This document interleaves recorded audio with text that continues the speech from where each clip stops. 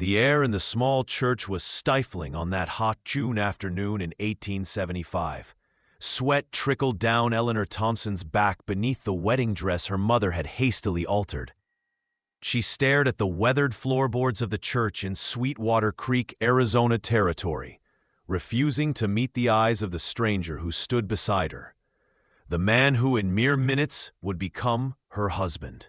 Her heart hammered against her ribs as she listened to the droning voice of the preacher. How had it come to this? Just 3 weeks ago, she had been teaching school back east, secure in her independence and plans. Now she stood trembling in a frontier church, being married off to a man she'd never met before yesterday. A hardened rancher named Mason Blackwell. Eleanor clutched her small bouquet of wildflowers so tightly that her knuckles turned white. This was her father's final punishment, forcing her to marry a stranger before he died, ensuring she would remain in this dusty, lawless territory forever. I hope you're enjoying this story. If you are, please consider subscribing to the channel. I'd love to know what city you're watching from. Mason's voice rumbled deep and steady as he recited his vows, the sound seeming to vibrate through the wooden floor and up into Eleanor's bones. At 38, he was nearly 15 years her senior, with a face weathered by sun and hardship. His reputation in Sweetwater Creek preceded him, a successful cattle rancher with a mysterious past, a man of few words who kept to himself on his sprawling ranch 10 miles outside of town. The stories about him varied wildly. Some said he'd been a Union officer during the war. Others claimed he'd ridden with outlaws before settling down. All Eleanor knew for certain was that her dying father owed this man a considerable debt, and she was the payment. She had arrived on the stagecoach just yesterday, exhausted and heartbroken, to find arrangements already made for a wedding she never wanted. When they'd been introduced, Mason had simply nodded at her, his expression unreadable beneath the shadow of his hat. Not once had he smiled. "Miss Thompson?" the preacher prompted, pulling Eleanor from her thoughts. It was her turn to speak the vows that would chain her to this stranger for life. She swallowed hard, tasting bitterness. The small congregation, mostly curious townspeople she didn't know, waited in uncomfortable silence. Her father hadn't even managed to attend, confined to his bed in the doctor's house across town. Eleanor parted her dry lips, the words catching in her throat. For one wild moment, she considered running, fleeing back to the stagecoach office and purchasing a ticket east with the meager savings hidden in her trunk. But where would she go?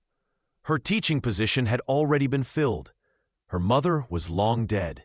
She had no siblings, no aunts or uncles who would take her in. Her father's final manipulation had worked perfectly.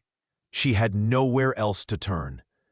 "I do," she finally whispered, the words falling like stones in the quiet church.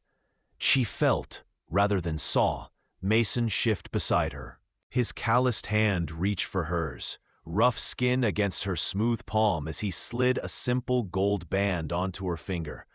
It was slightly too large, sliding loosely past her knuckle. When the preacher pronounced them husband and wife, Eleanor finally forced herself to look up at the man she had just married. Mason Blackwell's eyes were startlingly blue against his sun-darkened face, deep-set beneath heavy brows. A jagged scar ran along his jawline, disappearing into the collar of his shirt. Those eyes studied her now, with an intensity that made her breath catch. But she could read nothing of his thoughts. When he leaned down to place the customary kiss upon her lips, Eleanor steeled herself, determined not to flinch. His breath smelled of coffee as it whispered against her face, and then his lips pressed against hers, gently, far more gently than she had expected. It was brief, barely a moment of contact. But in that instant, Eleanor felt something unexpected pass between them. Not passion or love, certainly, but something else, something almost like uncertainty. It was the first hint that perhaps Mason Blackwell wasn't exactly what the rumors had claimed. The small reception at the town hotel lasted less than an hour. Eleanor sat stiffly beside her new husband, barely touching the cake placed before her, responding with polite smiles to the well wishes of strangers. Mason spoke little, answering questions with short, direct responses, his hand occasionally coming to rest on the small of her back, a gesture that seemed more protective than possessive. Sheriff Donovan Taylor, a man with kind eyes and graying temples, shook Mason's hand firmly. "You got yourself a fine wife, Blackwell. Treat her right." There was something in the sheriff's tone that sounded like a warning, and Eleanor wondered what history existed between the two men. Before she could ponder it further, Dr. Morris appeared in the doorway, his expression grim. "Miss Thompson, Mrs. Blackwell, I mean, your father is asking for you. I don't think you'll last through the night." The small bedroom smelled of illness and medicine. Eleanor's father lay against the pillows, his once robust frame now wasted and frail.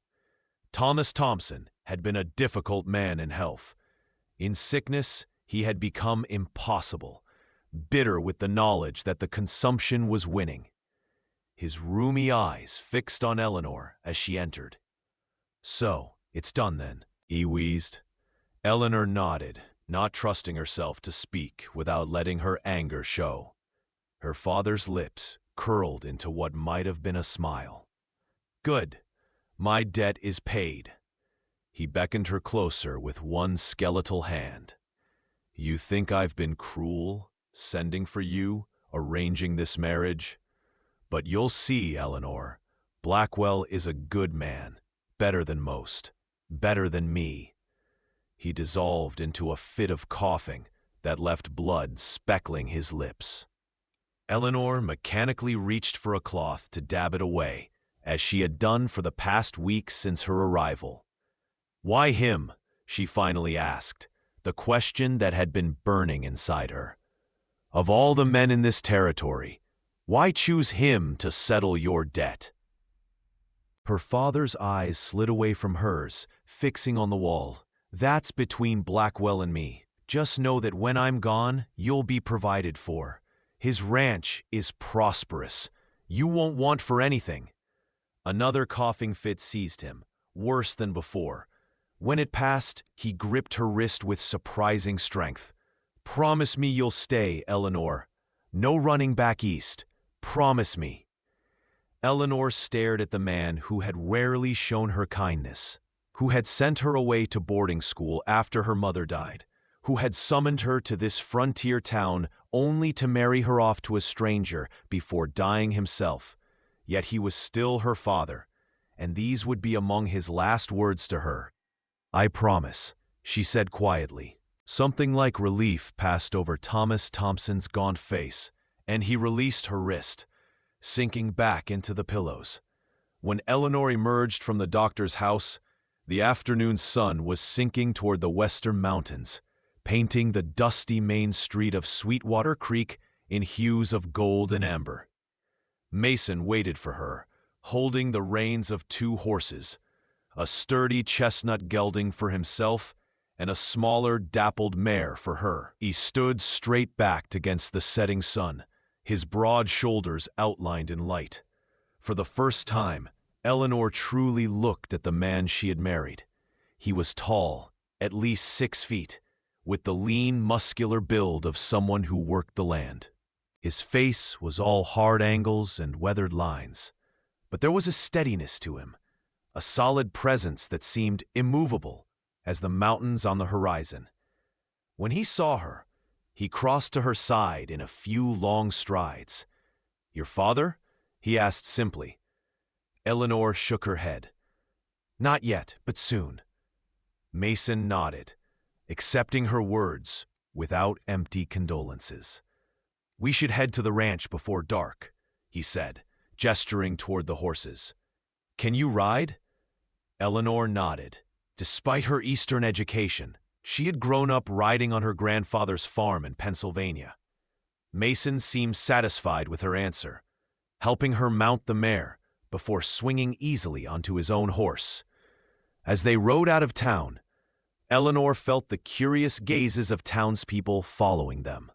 The school teacher from back east, now married to the mysterious rancher. Already she could imagine the gossip spreading through Sweetwater Creek. She sat straight in the saddle, determined not to give them anything more to talk about. Beside her, Mason rode in silence. His eyes scanned. Smoke curled from the stone chimney, and lanterns glowed in the windows against the gathering dusk. Several outbuildings dotted the property, a barn, bunkhouse, smokehouse, and what appeared to be a workshop of some kind. In the nearest pasture, cattle grazed peacefully. It was, Eleanor had to admit, a beautiful and prosperous-looking place, far more established than many of the homesteads she'd passed on her journey west. As they approached, a figure emerged from the barn, a lean, weathered man with iron-gray hair who raised a hand in greeting. "That's Samuel," Mason explained, breaking his long silence. "He helps me run things, been with me since I started this place." The older man approached as they dismounted, taking the reins of both horses.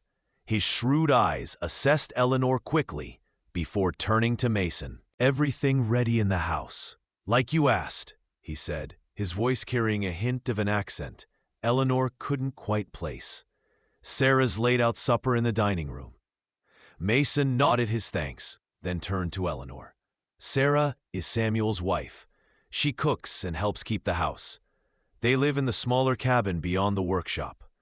He hesitated, seeming to search for words, the first sign of uncertainty she'd seen in him. "I know this isn't what you wanted," he finally said, his deep voice pitched low so that only she could hear. "But I aim to be fair with you, Mrs. Blackwell.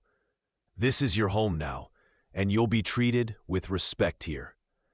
Before Eleanor could respond, he turned and gestured toward the house. "You must be tired after everything. Let me show you inside." The interior of the ranch house surprised Eleanor even more than its exterior. She had expected a bachelor's sparse accommodations, but the rooms were well appointed with solid furniture, colorful rugs, and even a few paintings adorning the walls. A large stone fireplace dominated the main sitting room, with comfortable-looking chairs arranged before it. Bookshelves lined one wall, filled with volumes that made Eleanor's heart leap with unexpected pleasure. Mason watched her reaction as she took in the room. "The previous owner's wife had a fondness for making a proper home," he explained. "I kept things as they were." He led her through to a dining room where a hot meal waited on the table: roast beef, potatoes, fresh bread, and what smelled like apple pie cooling on the sideboard. "You should eat," Mason said. "It's been a long day." Eleanor suddenly realized she was indeed hungry, having eaten almost nothing at the reception. They ate in relative silence, the awkwardness of their situation hanging between them. Eleanor found herself stealing glances at her new husband, trying to reconcile the gentle way he broke his bread with the hard lines of his face and the rumors of his dangerous past. Once, she caught him watching her in return, his blue eyes quickly dropping to his plate when she looked up. After the meal, Mason showed her upstairs to a large bedroom with a 4-poster bed covered in a handmade quilt. A washstand with fresh water stood in one corner, and a wardrobe waited for her few belongings. "This is your room," Mason said, standing in the doorway as if reluctant to enter the space. Eleanor turned to him in confusion. "Your trunk arrived yesterday. Sarah put your things in the wardrobe." He shifted his weight slightly. "My room is across the hall, should you need anything." And with that surprising statement, he bid her good night and closed the door, leaving Eleanor alone with her thoughts.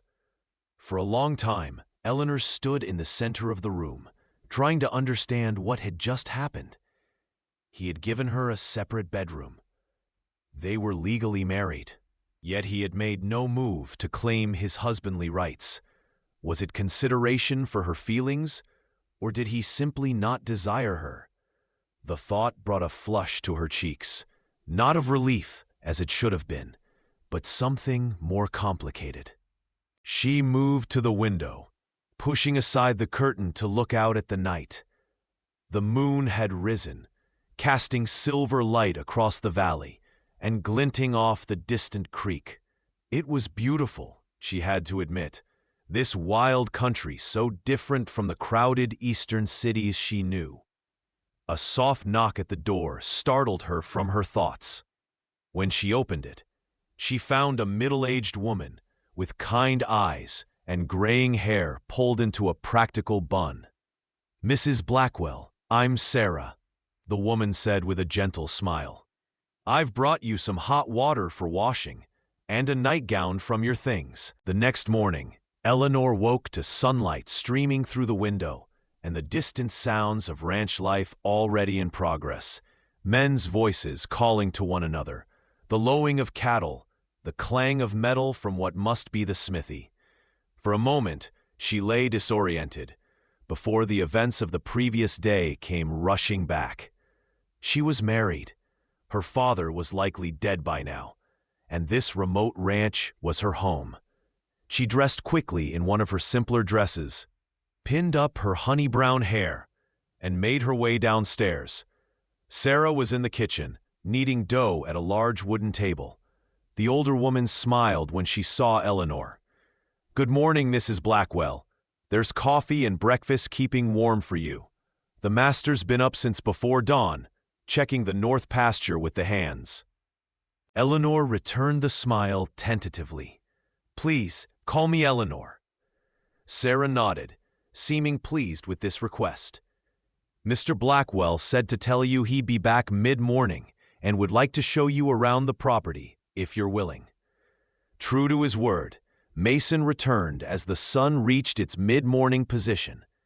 Eleanor was on the front porch, a book from his shelf open on her lap, though she had read the same page 3 times without absorbing the words. He approached on foot, having left his horse at the barn, his long stride eating up the distance between them. In the clear light of day, Eleanor noted details she had missed before, the way his dark hair curled slightly where it touched his collar, the faint lines at the corners of his eyes that suggested he might smile more than she'd yet witnessed. "Your father passed during the night," he said without preamble as he reached the porch steps. "Doc Morris sent word with one of the hands. The burial will be tomorrow at noon." Eleanor nodded, feeling strangely numb. She had grieved the loss of her father years ago, when he'd sent her away after her mother's death. His physical passing seemed almost an afterthought to that earlier abandonment. "Would you like to see the ranch now, or would you prefer some time alone?" Mason asked, his deep voice gentler than before. Eleanor set aside her book and stood. "I'd like to see it, please. I should know my new home." Something flickered in Mason's eyes at her words. Approval, perhaps, or relief. He offered his arm, and after a moment's hesitation, she took it. They walked first to the barn, where Mason introduced her to the horses, his chestnut gelding Thunder, and her dappled mare Willow. "She's yours now," he said as the mare nuzzled Eleanor's palm. "I bought her in town last week, after your father's letter arrived." The casual mention of preparation for their arrival caught Eleanor by surprise. Beyond the barn, Mason showed her the bunkhouse where his 4 ranch hands lived, the smokehouse, the workshop where Samuel was repairing a saddle, and finally, a small fenced garden behind the main house. Sarah tends most of it, Mason explained as they walked between rows of vegetables and herbs. But there's space for you to plant whatever you'd like. He paused beside a section of turned earth. I understand you were a teacher back east. What did you teach? The question surprised Eleanor. It was the first personal inquiry he had made. Everything, really. Reading, writing, arithmetic, history. It was a small school. Mason nodded thoughtfully. There's no proper school in Sweetwater Creek yet. Some talk of building one next year. They continued walking, coming to a stop beside an apple tree in bloom, its delicate white flowers fluttering in the gentle breeze. Mason seemed to be working himself up to say something, his usually impassive face betraying a hint of inner conflict. Mrs. Blackwell, Eleanor, I know this marriage wasn't your choice. I want you to understand that I don't expect. He trailed off, clearly uncomfortable with the subject. Why did you agree to it? Eleanor asked, the question that had been burning inside her since she'd arrived in Sweetwater Creek. You could have simply demanded your money from my father. Why take me instead? Mason's gaze fixed on the distant mountains. Your father owed me more than money could repay. Something in his tone made Eleanor suspect there was much more to the story than a simple debt. What happened between you? She pressed. Jaw tightened beneath the stubble that shadowed his face. That's a long story, and not one for today. He turned to face her fully, his blue eyes meeting hers directly. But you should know that I mean to honor our arrangement. This is your home now, for as long as you wish it to be. I won't hold you here against your will, but I hope you'll give this place, give us, a chance. There was something in his expression, a vulnerability beneath the strength, that touched Eleanor unexpectedly. Before she could respond, the dinner bell rang from the main house, and the moment passed. The following day, Eleanor stood beside Mason as her father was lowered into the hard Arizona soil.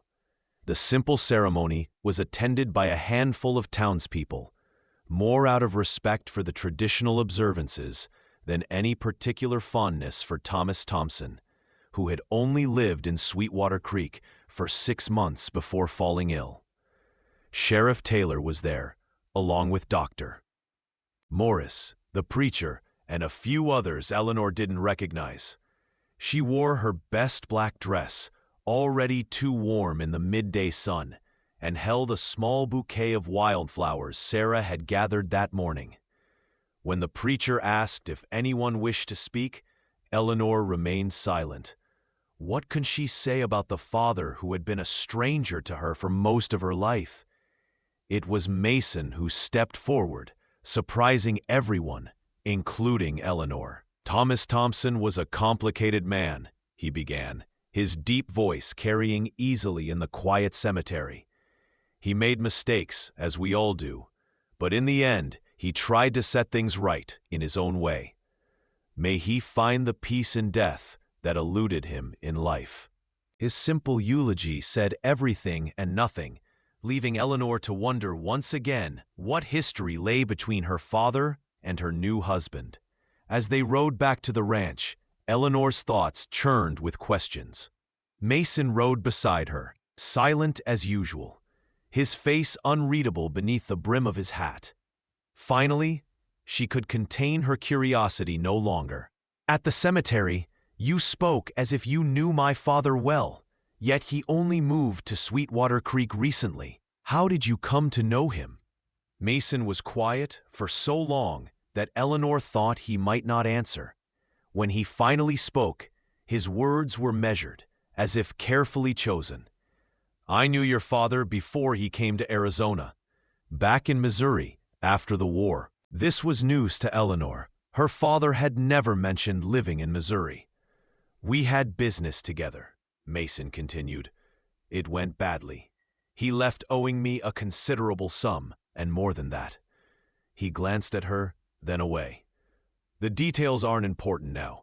What matters is that when he wrote to me, dying and concerned for your future, I saw a chance to settle old scores in a way that might benefit us both.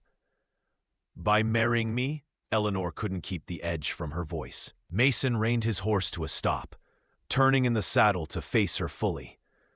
By offering you a home and security in a territory where a single woman has few prospects. Your father knew that. His blue eyes held hers steadily. I won't pretend there was no satisfaction in having Thomas Thompson in my debt until the end. But my agreement to marry you wasn't about revenge, Eleanor. It was about honoring a promise I made long ago. Before she could ask what promise he meant, a rider appeared on the trail ahead, approaching fast. Mason's hand moved instinctively to the revolver at his hip, relaxing only when the rider drew close enough to recognize one of the ranch hands, a young man named Charlie. "Mr. Blackwell," the youth called, pulling his lathered horse to a stop. "Trouble at the north fence line. Riders cutting your wire. Samuel sent me to fetch you." Mason's expression hardened instantly. "Get back to the ranch," he told Eleanor, his tone brooking no argument. "Tell Sarah what's happening. She'll know what to do." With that, he spurred his horse forward, following Charlie at a gallop and leaving Eleanor with far more questions than answers. By the time Eleanor reached the ranch, her mind was racing with possibilities. She delivered Mason's message to Sarah, who immediately sent another hand to town for the sheriff, while instructing the remaining man to keep watch from the barn roof. "This has happened before," Sarah explained as she loaded a shotgun with practiced ease. "There's a rancher north of here, Victor Hardin, who doesn't take kindly to Mason's success. He wants this valley for himself, claims his cattle need the water from our creek." She handed the weapon to Eleanor, who took it automatically, surprised by its weight. "Do you know how to use one of these?" Eleanor shook her head. "Then stay in the house, near the back where you can't be seen from the road. I'll be in the kitchen. If anyone but Mason or our boys approaches, you call for me. Understand?" Eleanor nodded, a chill running through her despite the warm day. Whatever feud existed between Mason and this Hardin person, it was serious enough that Sarah was prepared for violence. The hours crawled by with agonizing slowness.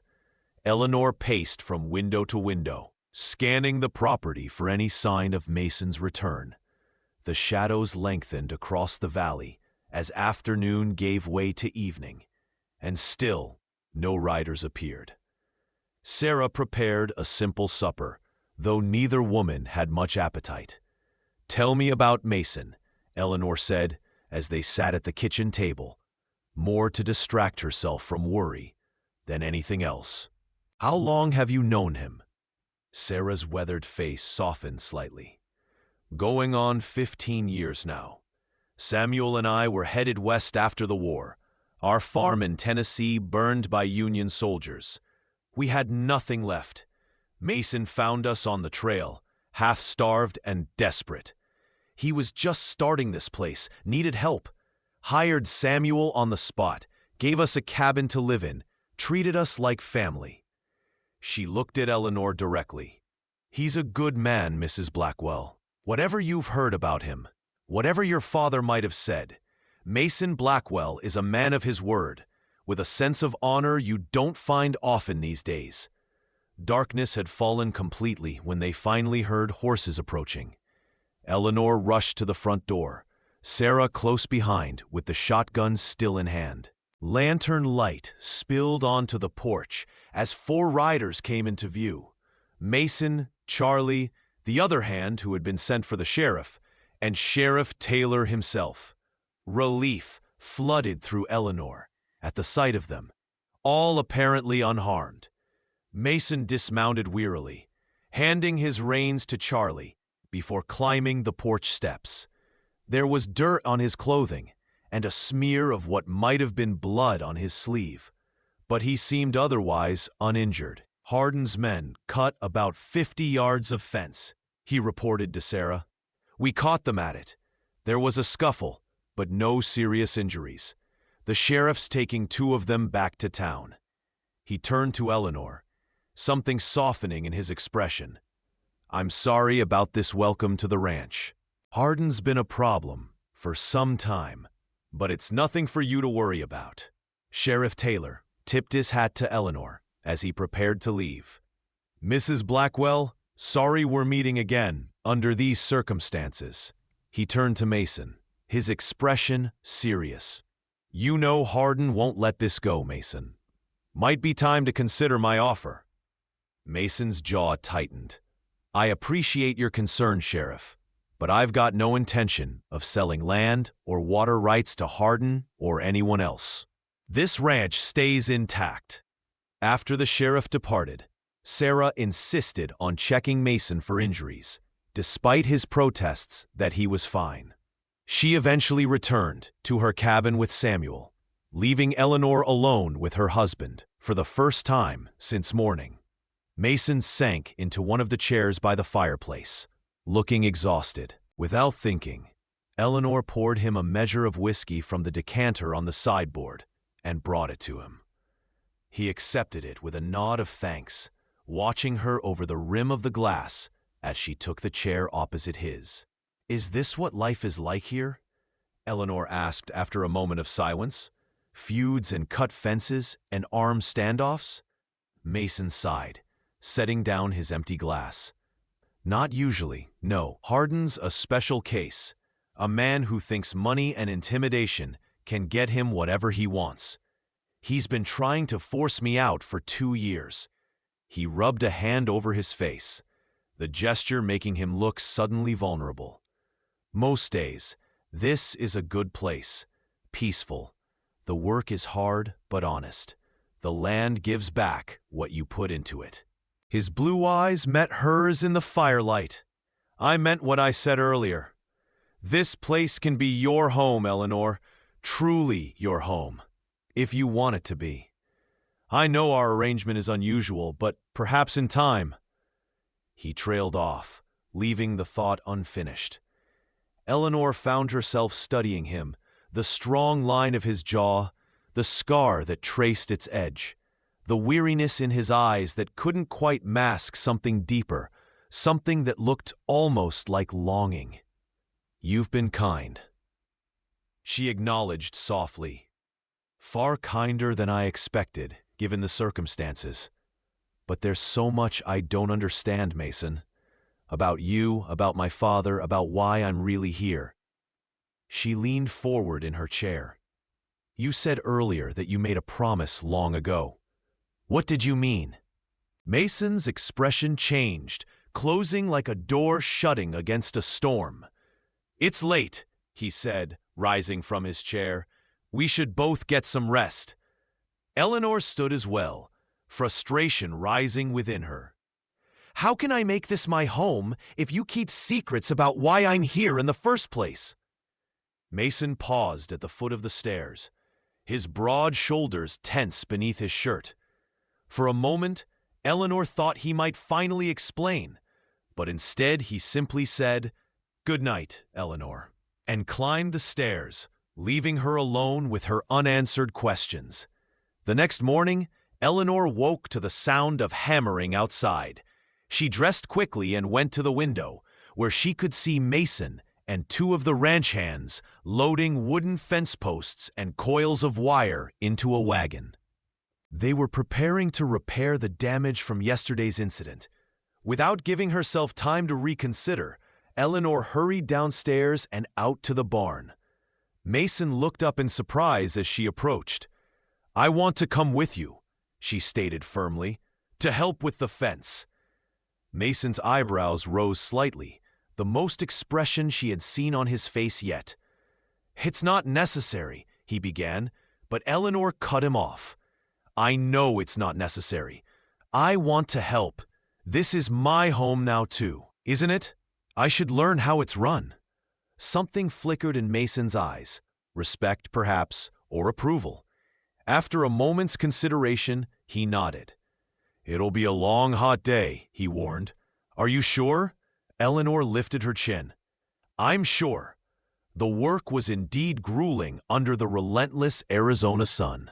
Eleanor's hands, soft from years of teaching, quickly developed blisters that she helped hold posts steady while Mason and Charlie drove them into the hard ground. Samuel showed her how to stretch and secure the wire, his patient instruction reminding her of her grandfather.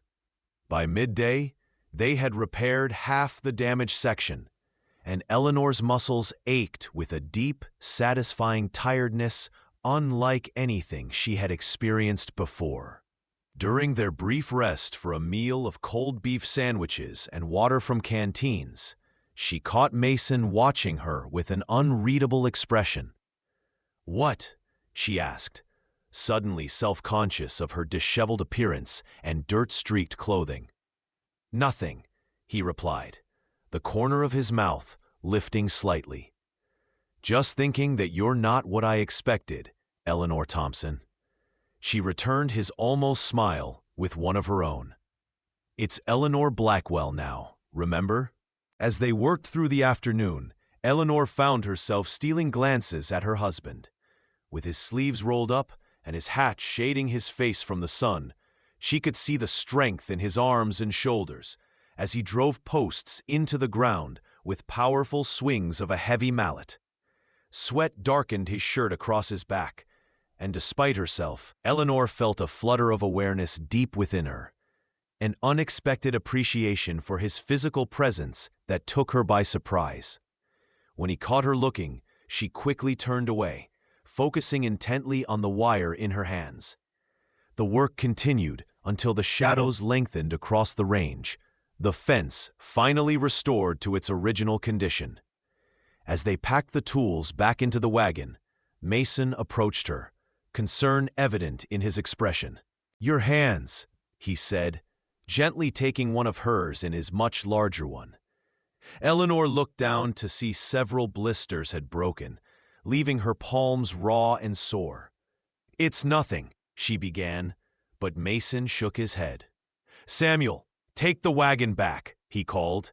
"Mrs. Blackwell and I will ride." The creek where Mason stopped their horses was a welcome sight after the long, dusty day.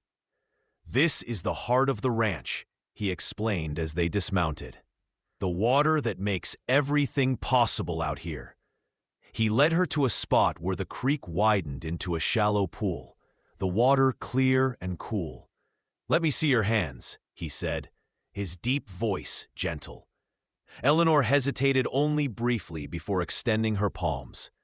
Mason knelt beside the creek, guiding her hands into the cool water. The relief was immediate, the sting of the blisters soothed by the gentle current. Mason's own hands, large and calloused, supported hers beneath the surface. "My mother used to say creek water had healing powers," he said, his voice softening with memory. She was part Cherokee, knew all the old ways of healing. It was the first personal detail he had volunteered about himself, and Eleanor found herself hungry for more. "Where did you grow up?" she asked, watching his face in the golden light of the setting sun. "Missouri," he replied after a moment. "Small farm near the Kansas border. Before the war, it was good country." Something dark crossed his expression. After, not so much. He carefully withdrew her hands from the water, examining the blisters. "These need tending," he said, his tone shifting back to practical concern. From his saddlebag, he produced a small tin of salve. "Sarah makes this from beeswax and herbs," he explained as he carefully spread the ointment over her palms. His touch was surprisingly gentle for hands so large and weathered. "It'll help them heal and toughen up." The intimacy of the moment, his fingers moving carefully across her skin, his head bent close to hers, brought a flush to Eleanor's cheeks that had nothing to do with the day's sun. When he finished, his hands lingered around hers for a heartbeat longer than necessary before he released them. "Thank you," she said softly, and she meant for more than just the salve. As they rode back to the ranch house, the first stars appearing in the darkening sky, Eleanor found her curiosity about her husband growing stronger. "Mason," she began, testing the feel of his name on her lips, "will you tell me something true about yourself? Something no one else here knows?" He glanced at her, surprise evident in his expression, before turning his gaze back to the trail ahead. For so long that Eleanor thought he might not answer, Mason rode in silence. Just as the lights of the ranch house came into view, he spoke. "I was married once before." The simple statement hung in the air between them. "During the war. Her name was Caroline. She died in childbirth while I was away fighting. The baby, too." His voice carried no emotion, but Eleanor could sense the depth of old pain beneath his words. "I'm sorry," she said softly, understanding now at least part of his reluctance to claim his husbandly rights. Mason nodded once, acknowledgement of her sympathy, before urging his horse forward toward the waiting warmth of the house. That night, Eleanor lay awake, long after the household had gone quiet, her mind replaying the day's events. The image of Mason kneeling by the creek, tenderly caring for her blistered hands, contrasted sharply with the hard, distant man she had married just days before. There were layers to him she was only beginning to glimpse: pain and strength, gentleness and resolve. She wondered about the woman he had loved and lost, about the child who never drew breath. How had those losses shaped the man who now slept across the hall? And what of her father's debt? What promise had Mason made that led him to marry a stranger? Questions circled in her mind until weariness finally pulled her into sleep, her dreams filled with blue eyes that held secrets she couldn't quite grasp. The following days fell into a rhythm of ranch life that Eleanor found unexpectedly satisfying. She rose early each morning, helping Sarah with breakfast for the men before they headed out to their various tasks. Mason often left before dawn to ride the property with Samuel, checking cattle, water sources, and fence lines. Eleanor busied herself learning the workings of the household, the pantry inventory, the laundry schedule, the garden that provided much of their fresh food. In the afternoons, when the Arizona heat was most intense, she retreated to the relative cool of the house, reading from Mason's surprisingly extensive library or writing letters to the few friends she had back east. Sometimes she would sit on the porch, with mending or a book, watching the distant figure of her husband as he worked with the horses in the corral or conferred with his men near the barn. Occasionally, he would glance toward the house, as if aware of her gaze upon him. A week after the fence-cutting incident, Sheriff Taylor rode out to the ranch with news. Eleanor was in the garden, harvesting tomatoes for Sarah, when she heard the approach of a horse. Setting down her basket, she shaded her eyes against the morning sun to see the sheriff dismounting by the hitching post. Mason emerged from the barn to greet him, the two men shaking hands before walking toward the house in serious conversation. Eleanor gathered her basket and followed, curiosity drawing her toward whatever news had brought the sheriff all the way from town. She entered through the kitchen, where Sarah was kneading bread dough. "The sheriff's here," Eleanor said, setting down the tomatoes.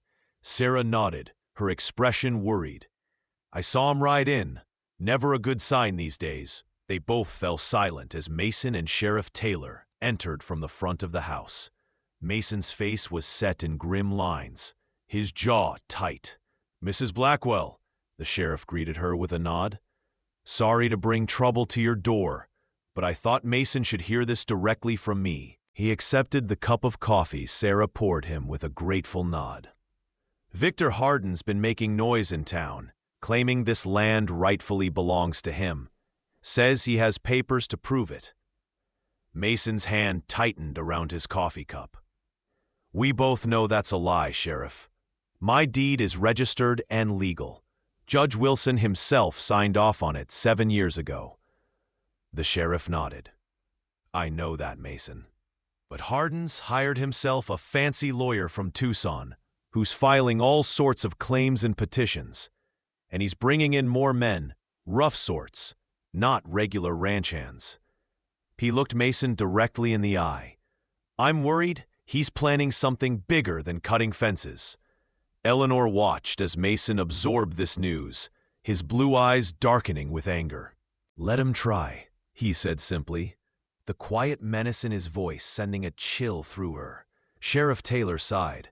Mason, I'm telling you this as a friend. Hardin has money and connections all the way to the territorial capital. This legal battle could drag on for years, bleeding you dry. And if he can't beat you in court, I'm concerned about what else he might try. The man has no scruples.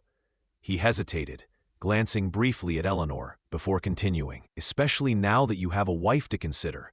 The implication was clear. Mason's marriage had given him a new vulnerability, one that Hardin might exploit. Eleanor's stomach tightened at the thought.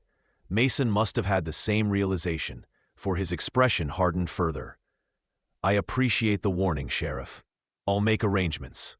After the sheriff departed, Mason paced the length of the sitting room while Eleanor watched from her seat near the fireplace. Is this Hardin truly so dangerous? She finally asked. Mason paused in his pacing, turning to face her.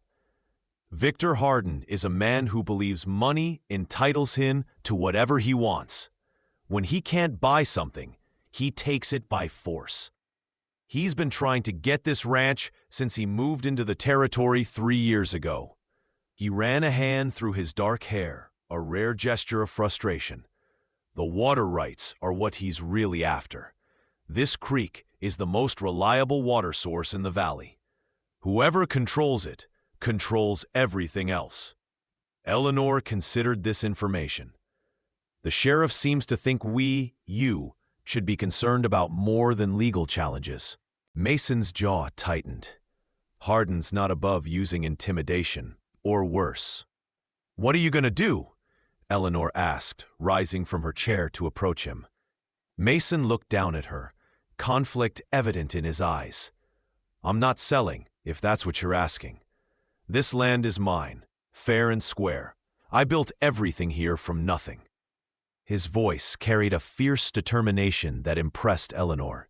Then we'll fight, she said firmly. Mason blinked, clearly surprised by her use of we. A shadow of something like warmth passed across his features. It won't be easy, he warned. Or safe. Maybe you should consider... Eleanor cut him off. This is my home now too, Mason. I won't be driven from it by threats. She surprised herself with the vehemence of her declaration, but as the words left her mouth, she realized they were true. In just over a week, this ranch had begun to feel more like home than anywhere she had lived since childhood. That evening, Eleanor sat at the small desk in her bedroom, writing in the journal she had kept since her school days. She had just finished recording the sheriff's visit when a soft knock sounded at her door. Setting aside her pen, she crossed the room and opened the door to find Mason standing in the hallway, a package in his hands. May I come in? He asked, his deep voice rumbling softly in the quiet house. Eleanor nodded, stepping back to allow him entry. It was the first time he had entered her bedroom since showing it to her on their wedding night. Mason glanced around the room, noting the small touches Eleanor had added. Wildflowers in a jar on the windowsill, her books and writing materials arranged on the desk, a shawl draped over the back of the chair. I have something for you, he said, extending the package toward her. I meant to give it to you earlier, but with everything that's happened. Eleanor accepted the package with surprise. It was wrapped in plain brown paper and tied with string. What is it? She asked, looking up at Mason's face. Open it, he encouraged. A hint of what might have been nervousness in his usually confident demeanor. Eleanor untied the string and carefully unwrapped the paper to reveal a leather holster and a small revolver with a pearl handle. She looked up at Mason in confusion. "I don't understand." Mason took the weapon from her hands, checking that it was unloaded before handing it back. "It's a Remington Derringer.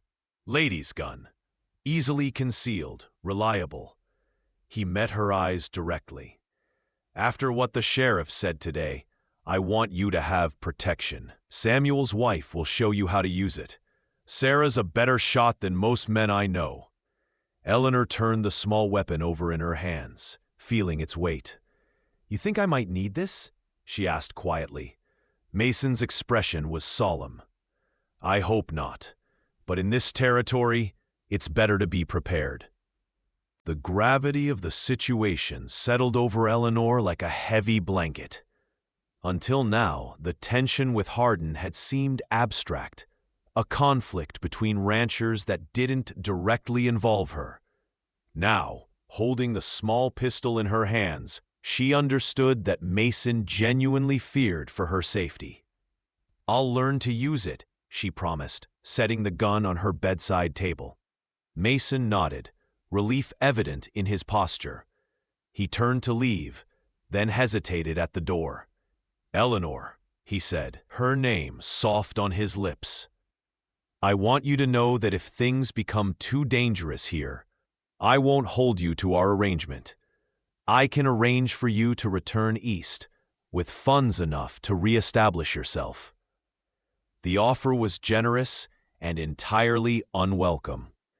Eleanor found herself shaking her head before he even finished speaking. "I made a promise," she said firmly. "To my father and to you. I intend to keep it." Mason studied her face intently, as if searching for uncertainty or fear. Finding none, he stepped closer, close enough that Eleanor could smell the scents of leather and horsehair that clung to him. "You're a surprising woman, Eleanor Blackwell," he said softly. "When your father wrote to me about his schoolteacher daughter, I expected someone—" He trailed off, seemingly at a loss for words. "Someone what?" Eleanor prompted, oddly breathless with his nearness. "Someone more fragile," Mason finally said. "Less determined." His blue eyes held hers, and Eleanor was suddenly acutely aware of his height, the breadth of his shoulders, the strength contained in his lean frame. Something shifted in the air between them, a tension that hadn't been there before. Mason seemed to sense it too, for he took a small step back, breaking the spell. "Good night, Eleanor," he said, his voice slightly rougher than before. "Sleep well." And with that, he was gone, closing the door softly behind him, leaving Eleanor with a small pearl-handled revolver and a fluttering sensation in her chest that she wasn't ready to examine too closely. The next morning, as promised, Sarah began teaching Eleanor how to handle the Derringer. They stood behind the smokehouse, out of sight of the main house, with tin cans arranged on fence posts as targets. "The first rule," Sarah said, as she demonstrated how to load the small gun, "is never point it at anything you don't intend to shoot. The second rule is always assume it's loaded, even when you know it isn't." Eleanor listened attentively, determined to master this new skill. The Derringer was small enough to fit easily in her hand or to be tucked into a pocket or reticule. It held only 2 shots, but at close range, Sarah assured her that would be enough to stop most threats. Eleanor's first attempts at hitting the targets were disappointing. The gun's recoil was stronger than she had anticipated, and her aim was poor. But Sarah was a patient teacher, adjusting Eleanor's stance and grip until by the end of the lesson, she could hit a can at 10 paces with reasonable consistency. "Mr. Blackwell is right to be concerned," Sarah said as they walked back to the house. "Victor Hardin is not a man to be taken lightly. He's already run 2 smaller ranchers out of the valley. Eleanor glanced at the older woman. How? If their claims were legal? Sarah shook her head. Legal means little out here when a man has money for bribes and hiring guns. The Sanderson place, 3 miles east of here, burned to the ground last spring. Everyone knew Hardin's men did it, but there was no proof. The Sandersons left the next day. A chill ran through Eleanor, despite the warm morning. And Mason? Has Hardin tried such tactics with him? Sarah's expression hardened. Once, 2 years ago, some of Hardin's men came in the night, thinking to set fire to the barn. Mr. Blackwell was waiting for them. Shot one in the shoulder, sent the rest running. Hardin's been more careful since then, more calculating. She looked at Eleanor directly. But make no mistake, Mrs. Blackwell, that man wants this land, and he won't stop until he gets it, or until someone stops him for good. The threat from Hardin cast a shadow over the ranch in the days that followed. Mason doubled the night watch, with at least 2 men awake and armed at all times. He rarely ventured far from the main buildings, and insisted that Eleanor remain within sight of the house. The constraints chafed at her, but she understood their necessity. Despite the tension, or perhaps because of it, Eleanor found herself drawing closer to Mason. They took to sharing the evening meal alone together after the hands had eaten, talking long into the night beside the fireplace. Slowly, piece by piece, Eleanor began to assemble the puzzle of her husband's past. He had fought for the Union during the war, rising to the rank of captain despite his youth. After the conflict ended, he had drifted west, working as a scout for the army, before staking his claim on the land that would become his ranch. He spoke little of his first wife, Caroline, but Eleanor sensed the depth of that loss in the careful way he avoided certain memories. In turn, Eleanor shared stories of her own life, her childhood in Pennsylvania, her mother's early death from fever, the lonely years at boarding school, her determination to become a teacher despite her father's disapproval. He wanted me to marry well, she explained one evening as they sat before the fire, Mason smoking his pipe while she mended one of his shirts. Someone with money and connections who could advance his business interests. When I refused the match he arranged, he cut off my funds. That's when I took the teaching position. Mason watched her over the bowl of his pipe, the firelight playing across his features. You chose independence over security, he observed. That takes courage. Eleanor looked up from her sewing, surprised by the compliment. It didn't feel like courage at the time, just necessity. Mason's expression softened slightly. Sometimes they're the same thing. 2 weeks after the sheriff's warning, the calm was shattered. Eleanor was in the kitchen garden, harvesting late summer vegetables with Sarah, when they heard the distant sound of gunfire from the north pasture. Sarah straightened immediately, her face paling. It seemed an eternity before she heard hoofbeats approaching the house. Peering cautiously around the edge of the curtain, she saw Mason riding hard toward the house, supporting a slumped figure on the horse beside him. Charlie, the youngest of the ranch hands. Blood darkened the young man's shirt. Behind them came Samuel and the other hand, rifles ready, as they scanned the surrounding countryside. Eleanor unbarred the door and rushed out onto the porch as Mason helped Charlie from his horse. Get him inside, Mason ordered, his voice tight with suppressed rage. Eleanor and Sarah supported the wounded young man between them, helping him to the kitchen table, where Sarah quickly began cutting away his bloodied shirt. The bullet had gone clean through his shoulder, missing any vital areas, but leaving a nasty wound that bled freely. What happened? Eleanor asked as she helped Sarah clean and bandage Charlie's injury. Mason stood in the doorway, his expression thunderous, a rifle clenched in his hand. Hardin's men, he said tersely. Half a dozen of them, shooting from the trees near the north fence. They weren't after the cattle. They were waiting for us. Eleanor's blood ran cold at the implication. An ambush? Mason nodded grimly. Charlie took the bullet meant for me. If he hadn't moved when he did, he left the sentence unfinished, but Eleanor could complete it well enough in her mind. Her hands trembled slightly as she continued assisting Sarah with the bandaging. Charlie, barely 20 years old, grimaced in pain but remained stoically silent as Sarah cleaned his wound with whiskey before applying a poultice of herbs. "You'll be fine, boy," Sarah assured him. "Bullet went clean through. Keep it clean and rest that arm. You'll be good as new in a few weeks." Once Charlie was settled in the bunkhouse with a dose of laudanum for the pain, Mason called the remaining men together in the main house. Eleanor sat at the dining table with them, included in the council without question, a fact that both surprised and pleased her. "This changes things," Mason said, his voice hard as iron. "Hardin's moved from threats to attempted murder. We need to be ready." He outlined a plan to fortify the ranch. Additional men would be hired from town. The approaches to the house would be watched day and night. No one would ride alone. Samuel nodded his agreement. "Should send word to the sheriff, too," he suggested.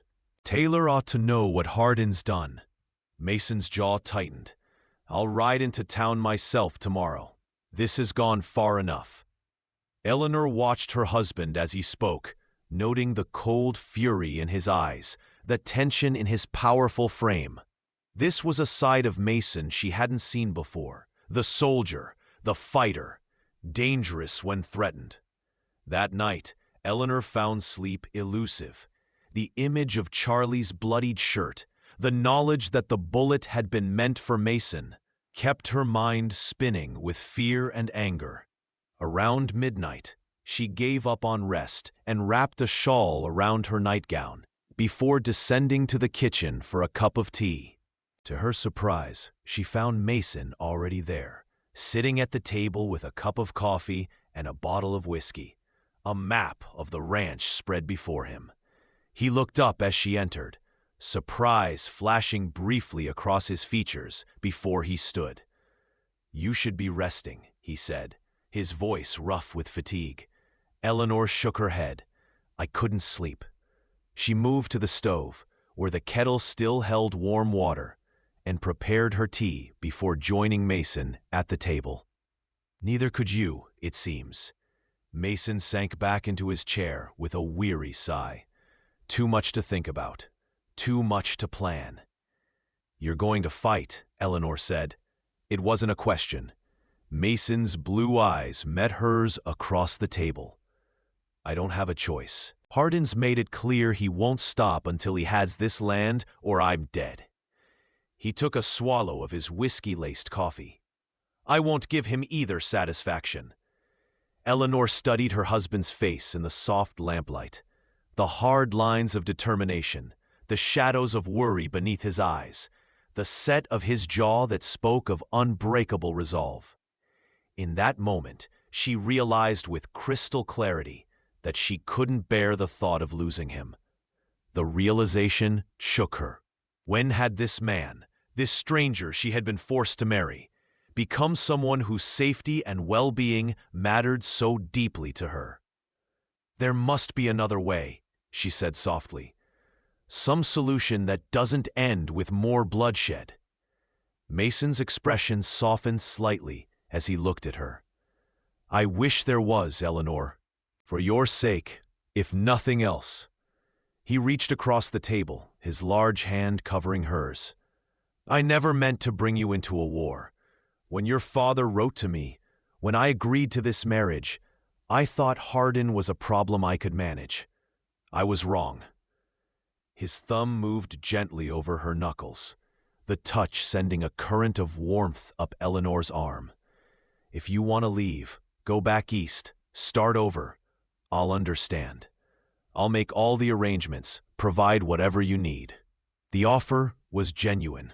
Eleanor could see that in his eyes. but the very thought of leaving filled her with a sense of wrongness so profound it was almost physical. "No," she said firmly, turning her hand to clasp his. "This is my home now. Our home. I won't be driven from it by threats or violence." Something flared in Mason's eyes. Surprise, respect, and something warmer that made Eleanor's breath catch in her throat. "You continually surprise me, Eleanor Blackwell," he said softly, his deep voice rumbling in the quiet kitchen. Eleanor found herself leaning slightly toward him across the table, drawn by something in his expression. "You surprise me too," she admitted. "When I came here, my father arranged this marriage, I thought—" She trailed off, uncertain how to express her initial fears and assumptions. Mason's hand tightened slightly around hers. "What did you think?" he prompted. Eleanor met his gaze directly. "I thought you would be cruel," she confessed, "or at least cold. A man who would take a woman as payment for a debt. I couldn't imagine such a person being kind."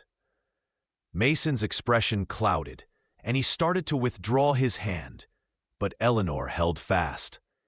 "But you've been nothing but honorable and considerate. You've given me a home, freedom, respect. You've never once demanded what is legally yours to take." Mason's eyes darkened at her words. "I would never force myself on any woman, Eleanor. Especially not my wife." The way he said, "my wife," sent a shiver through her that had nothing to do with fear. "I know that now," she said softly. "But there's still so much I don't understand. Why did you really agree to marry me? What promise did you make that you spoke of before?" Mason was silent for a long moment, his expression unreadable in the lamplight. When he finally spoke, his voice was low, almost a whisper. "I promised your mother I would look after you if anything ever happened to her." Eleanor froze, certain she had misheard. "My mother? But that's impossible. My mother died when I was 12. You couldn't have known her." Mason's gaze held steady on her face. "I knew her before that. Before she married your father. Before the war changed everything." Eleanor's mind reeled with confusion. "I don't understand," she whispered. Mason released her hand and stood, moving to the window where he stared out into the darkness. "Your mother, Elizabeth, and I grew up on neighboring farms in Missouri," he said, his back to Eleanor. "We were childhood friends. As we grew older, that friendship became something more. We planned to marry when I turned 21. He paused, his shoulders tense beneath his shirt. "Then the war came. I enlisted in the Union Army, believing it would be over quickly. But before I left, I asked Elizabeth to wait for me, and she promised she would." He turned to face Eleanor, his expression raw with old pain. 2 years later, I received a letter. She had married Thomas Thompson, a businessman from Pennsylvania who had contracts with the Union Army. She wrote that she couldn't wait any longer, that she needed security in such uncertain times. Eleanor gripped the edge of the table, her mind struggling to process this revelation. "You and my mother were in love?" Mason's expression softened slightly. "We were very young, but yes, I believe we were. After I received her letter, I met and married Caroline. I tried to put Elizabeth from my mind." He moved back to the table, though he didn't sit. "Years later, after Caroline died, I received another letter from your mother. She was ill, dying, and worried about you. Thomas had become bitter, distant. She feared what would become of you once she was gone. She asked me, as someone who had once cared for her, to watch over her daughter if I could." His blue eyes held Eleanor steadily. "I promised I would, though I had no idea how to fulfill that promise from halfway across the country. When your father wrote to me last month, speaking of his debt and offering you in marriage, I saw it as a chance to keep the promise I made to Elizabeth all those years ago. Eleanor felt as if the ground had shifted beneath her feet. Her entire understanding of her parents, of her own history, had been upended in an instant. "My father knew?" she asked, her voice barely audible. Mason nodded. "He knew of my connection to your mother. Yes, I believe that's why he sought me out after the war, why he proposed a business partnership. Perhaps to prove something to himself, or to her memory." His expression hardened slightly. The partnership failed because of his dishonesty. He embezzled funds, left me nearly ruined. I rebuilt my life, came west, started over. I never expected to hear from him again, until his letter arrived, telling me of his illness and offering you as settlement for his old debt. Eleanor pressed a hand to her mouth, overwhelmed by these revelations. "So our marriage was a way for me to honor my promise to your mother," Mason said quietly, "and perhaps a way for your father to make amends, in his own twisted fashion." He moved around the table to stand beside Eleanor's chair, looking down at her with an expression she couldn't quite read. "I never intended to claim a husband's rights, Eleanor. I meant only to provide you with a home, security, protection, the things your mother wanted for you. But I never expected—" He trailed off, seeming to struggle for words. "You never expected what?" Eleanor prompted, rising from her chair to face him.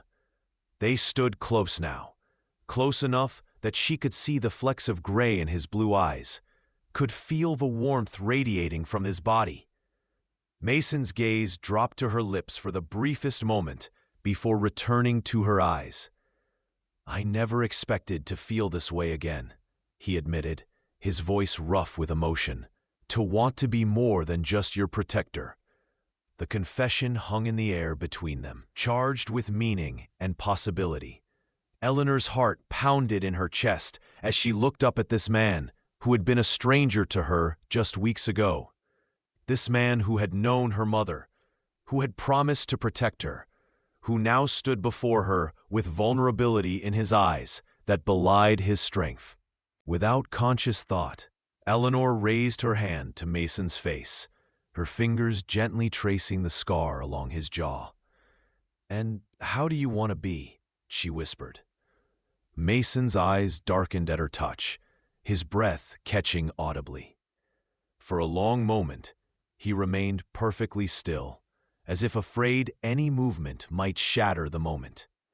Then, slowly, deliberately, he raised his hand to cover hers against his cheek. "I want to be your husband," he said softly, "in every way. If that's what you want too." Eleanor had never been bold with men. Her upbringing and education had taught her propriety and restraint in all things. But standing in the kitchen with Mason, his hand warm against hers, his eyes filled with a longing that matched her own, she found courage she hadn't known she possessed. Rising on her toes, she pressed her lips to his, a tentative, questioning kiss. Mason remained still for only a heartbeat before responding, his arms encircling her waist and drawing her closer as he deepened the kiss. His lips were warm and sure against hers, the faint taste of whiskey and coffee mingling with something that was uniquely him. Eleanor's arms wound around his neck as she surrendered to the sensations flooding through her. Warmth, desire, a sense of rightness that left her breathless. When they finally parted, Mason rested his forehead against hers, his breathing as unsteady as her own. "Eleanor," he murmured, her name a caress on his lips. "Are you sure?"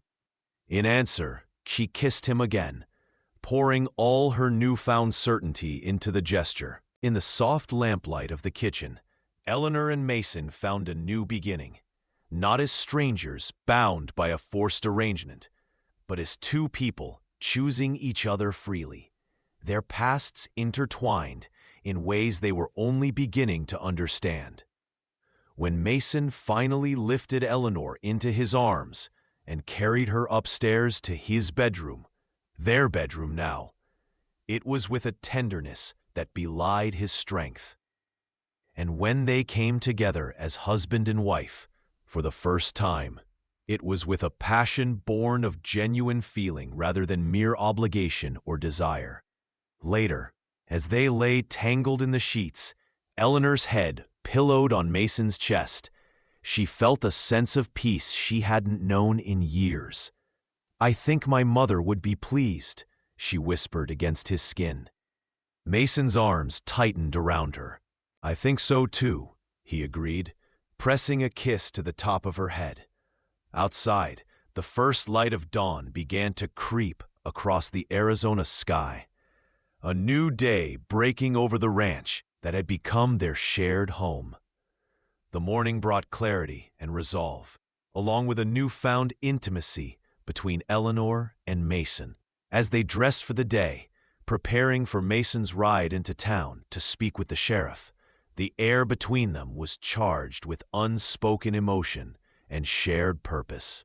"I'll be back before sundown," Mason promised as he strapped on his gun belt.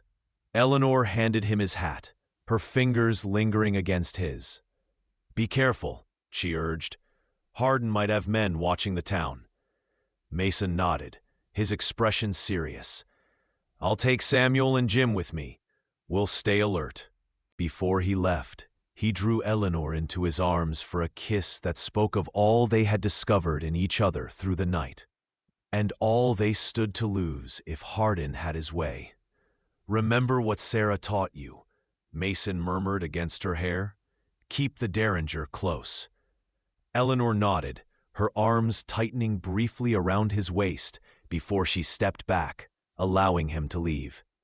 From the porch, she watched until he and the two hands disappeared from view, an uneasy feeling settling in the pit of her stomach, despite the joy of the previous night.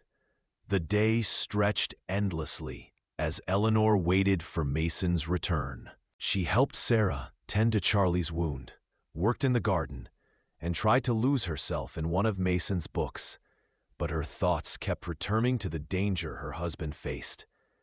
By mid-afternoon, dark clouds had gathered on the horizon, promising one of the sudden, violent storms that sometimes swept across the territory. Sarah watched the sky with concern as she and Eleanor prepared the evening meal.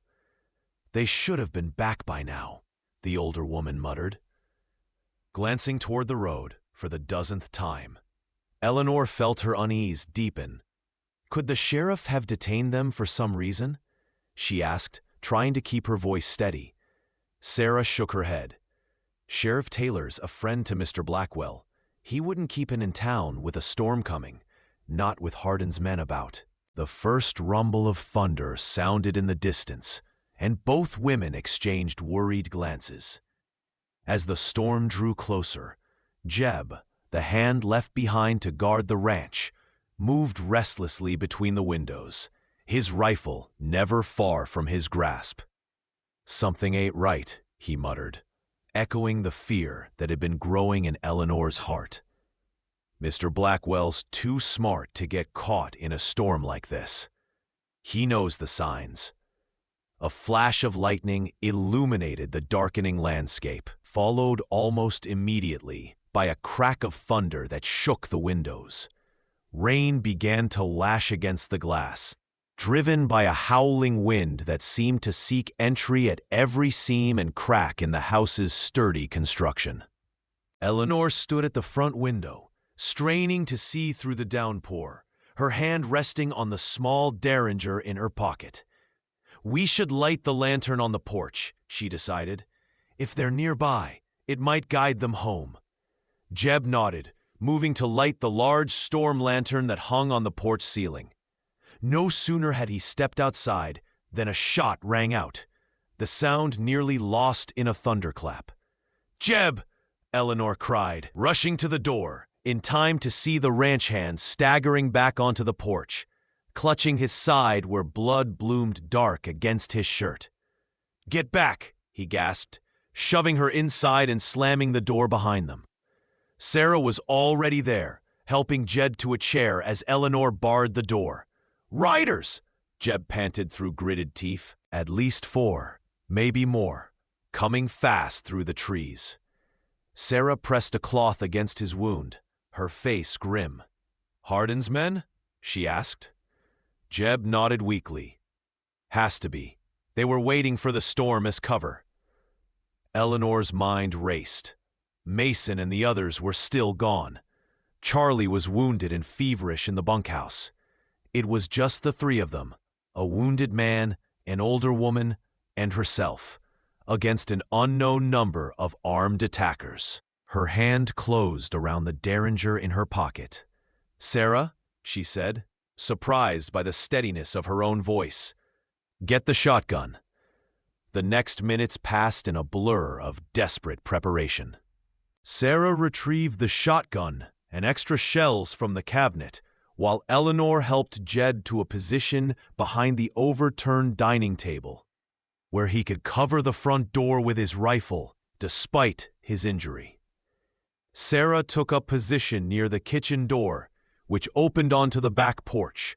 Eleanor moved between the windows, the derringer ready in her hand, watching for movement through the driving rain.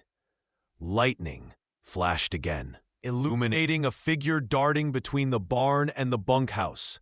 "They're trying to circle around," she called to the others. No sooner had she spoken than a shot shattered one of the front windows, sending glass spraying across the floor. Eleanor ducked instinctively, her heart hammering against her ribs. This was no longer an abstract threat. It was happening, now, and Mason wasn't here to protect them. The realization struck her with sudden clarity. They were on their own, and their lives depended on their actions in the next few minutes. Drawing a deep breath, Eleanor recalled everything Sarah had taught her about the derringer, everything she had observed of Mason's calm courage in the face of danger. "Jeb," she called over the storm's fury, "can you still shoot?" The wounded man nodded grimly, bracing his rifle against the edge of the overturned table. "Yes, ma'am." Eleanor moved to Sarah's side. "When they come, they'll likely try both doors at once," she said, the tactical assessment surprising even herself. "We need to make them think there are more of us." Sarah nodded her understanding, a new respect in her eyes as she regarded her employer's young wife. "We'll give them a warm welcome they won't soon forget," the older woman promised, checking the shotgun's load with practiced hands. The attack came with the next lightning flash, a thunderous crash as something heavy slammed against the front door, followed by shots fired through the windows. Jeb returned fire, his aim true despite his wound, and a cry of pain from outside told Eleanor he had found his mark. At the rear of the house, shadows moved across the back porch. "Sarah!" Eleanor called in warning, just as the kitchen door shuddered under a powerful blow. Sarah's shotgun roared in response, the blast tearing through the wooden door and eliciting another shout of pain from beyond. Eleanor positioned herself between the 2 defensive points, ready to assist either Jeb or Sarah as needed, the derringer steady in her hand despite her racing heart. The storm raged around them, wind and rain lashing at the house as lightning split the sky and thunder rolled across the valley. A sudden lull in the gunfire gave Eleanor a moment to catch her breath. "They're regrouping," Jeb warned, his voice weak but determined as he reloaded his rifle. "Probably didn't expect so much resistance." Eleanor nodded, moving cautiously to check on Sarah, who stood grimly by the kitchen door, reloading the shotgun with steady hands. "Are you all right?" Eleanor asked. The older woman nodded, though her face was pale with tension. "Never better, Mrs. Blackwell. Just wish Mr. Mason was here with that colt of his." As if in answer to her wish, the sound of galloping hooves cut through the storm's fury, accompanied by shouts and a sudden volley of gunfire from beyond the house. Eleanor's heart leaped with hope and fear. "Mason," she breathed, moving to the front window to peer through the broken glass. Through the rain and darkness, she could make out the shapes of riders engaged in a firefight with Hardin's men, who were now caught in the open between the house and the new arrivals. "It's them," Jed confirmed, his voice stronger with renewed hope. "Mr. Blackwell and the boys, and looks like they brought the sheriff too." The gunfight outside intensified, muzzle flashes piercing the stormy darkness like miniature lightning strikes. Eleanor's grip tightened on her derringer as she watched, feeling helpless yet determined to defend the house if any of Hardin's men made another attempt on the doors. A particularly loud exchange of gunfire drew her attention to the side of the house, where a shadowy figure was attempting to climb through a broken window. Without hesitation, Eleanor raised her derringer and fired. The intruder cried out and fell backward, disappearing into the rainy darkness. Heart pounding, she moved quickly to the window, the small gun still clutched in her trembling hand. Through the shattered glass and driving rain, she could see the man sprawled, motionless on the ground. The gunfire outside gradually subsided, giving way to shouted commands that were barely audible over the storm. Eleanor strained to hear Mason's voice among them, but could distinguish nothing clearly. Jeb had slumped further behind the table, his face alarmingly pale, while Sarah maintained her vigilant position by the kitchen door. Minutes that felt like hours passed before a familiar voice called from the porch. "Eleanor! Sarah! It's Mason! It's over!" Eleanor nearly collapsed with relief, rushing to unbar the door. Mason stood on the threshold, rain-soaked and splattered with mud, a bleeding gash across his forehead, but otherwise unharmed. His eyes sought hers immediately. Sheriff Taylor and his deputies took custody of 2 wounded attackers, the only survivors of Hardin's men. Mason and Samuel tended to Jeb's wound, while one of the deputies, who had some medical training, saw to Charlie in the bunkhouse. Jim built up the fire and boiled water for coffee and bandages. Through it all, Eleanor moved with a steady purpose, assisting where needed, her derringer returned to its holster, but never far from reach. It was only when the wounded had been tended, the prisoners secured, and the immediate danger past that she allowed the full weight of the day's events to settle upon her. She sank into a chair by the fire, suddenly exhausted beyond measure. Mason found her there a short while later, after conferring with the sheriff on the porch. He had cleaned the blood from his face, though the cut on his forehead would likely leave yet another scar. Without a word, he knelt beside her chair, taking her hands in his. "When we came over that rise and saw the gunfire," he said, his voice rough with emotion, "I thought I'd lost you." Eleanor squeezed his hands, drawing strength from his solid presence. "We held them off," she said simply. "Sarah and Jeb and I." Mason's blue eyes searched her face, finding a new strength there that matched his own. "You saved the ranch," he said. "You saved our home." The way he said "our home" filled Eleanor with a warmth that pushed back the lingering chill of fear. The sheriff entered, removing his hat as he approached the fire. "Hardin was behind it, all right," he confirmed. "One of the prisoners confessed. Hardin ordered them to burn you out. Figured with the storm for cover, no one would know who did it." He glanced at Mason. "But he didn't count on you cutting through Miller's Pass to avoid the flooding at the creek crossing." and he sure didn't count on your wife and Hans putting up such a fight." Sheriff Taylor's weathered face broke into a grim smile. "Hardin himself is waiting at his ranch. I'm riding there now with my deputies to arrest him for attempted murder and property destruction. With these witnesses, he'll hang Mason. It's over." Mason stood, extending his hand to the sheriff. "Thank you, John, for everything."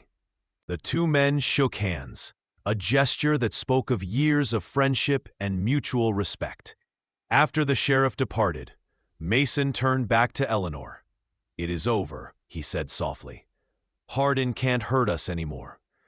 Eleanor rose from her chair, moving into the circle of Mason's arms. "What happened in town?" she asked, remembering the long, anxious hours of waiting. Mason sighed, his breath stirring her hair. "Hardin had men watching the sheriff's office. When we arrived, they followed us. There was a confrontation in the street. Nothing serious, but enough to delay us. By the time we started home, the storm was moving in fast. We tried to beat it by taking the pass, and that's when we saw the gunfire at the ranch." He held her tighter, as if still afraid she might disappear. "If we'd been any later—" "But you weren't," Eleanor said firmly, looking up into his face. "You came home exactly when we needed you most." The simple truth of her words seemed to touch something deep in Mason. He cupped her face in his rough hands, his blue eyes intense in the firelight. "I will always come home to you, Eleanor. Always." And then he was kissing her, a kiss that spoke of fear overcome, of danger faced together, of a future now secured. Eleanor returned his kiss with equal fervor, her arms winding around his neck as she gave herself to the moment and to the man who had become so much more than just her husband. In the weeks that followed, life at the Blackwell Ranch slowly returned to normal. Jeb recovered from his wound under Sarah's careful nursing. The damaged windows and doors were repaired. The north fence, where the trouble had begun, was rebuilt stronger than before. And with Hardin awaiting trial in the territorial prison, the threat that had hung over the ranch for so long was finally lifted. Mason and Eleanor settled into a new rhythm together, no longer strangers bound by an arrangement, but partners in every sense. Their days filled with the work of the ranch, and their nights with the joy of discovery. One evening in late fall, as they sat together on the porch, watching the sunset paint the valley in gold and crimson, Mason took Eleanor's hand in his. "I've been thinking," he said, his deep voice warm in the gathering dusk, "about the future, about us." Eleanor turned to look at him, the last light of day illuminating his strong profile. "What about us?" she prompted when he fell silent. Mason met her gaze, a rare vulnerability in his blue eyes. "When your father arranged our marriage, when I agreed to it because of my promise to your mother, I never expected this." He gestured between them, words failing him momentarily. "I never expected to love again, Eleanor, but I do. I love you, not because of a promise or an arrangement, but because of who you are." Eleanor's heart swelled with emotion at his words, at the naked sincerity in his expression. "I love you too, Mason," she whispered, the truth of it resonating through her entire being. "Not because you were chosen for me, but because I've chosen you." Mason's hand tightened around hers, his other hand moving to touch the small swell of her stomach, a secret they had only confirmed the week before. "We're going to build something here," he said, his voice filled with quiet determination. "Something that will last long after we're gone. A legacy for our child and any others that might come." Eleanor covered his hand with her own, feeling the strength and gentleness in his touch. "Our home," she agreed, leaning her head against his shoulder, as the first stars appeared in the deepening blue of the eastern sky. As darkness settled over the Blackwell Ranch, Eleanor thought of the journey that had brought her here. From the reluctant bride forced to marry a stranger, to the woman who had found not just security, but love and purpose in the arms of that same man. Mason's kiss had indeed revealed the secret he had been hiding. Not just his connection to her mother, but his capacity for love, for tenderness, for building a life together on this wild frontier. Whatever challenges the future might hold, they would face them together. No longer strangers, but partners. No longer forced, but chosen. Their lives and hearts intertwined like the roots of the trees that lined the creek flowing through their land.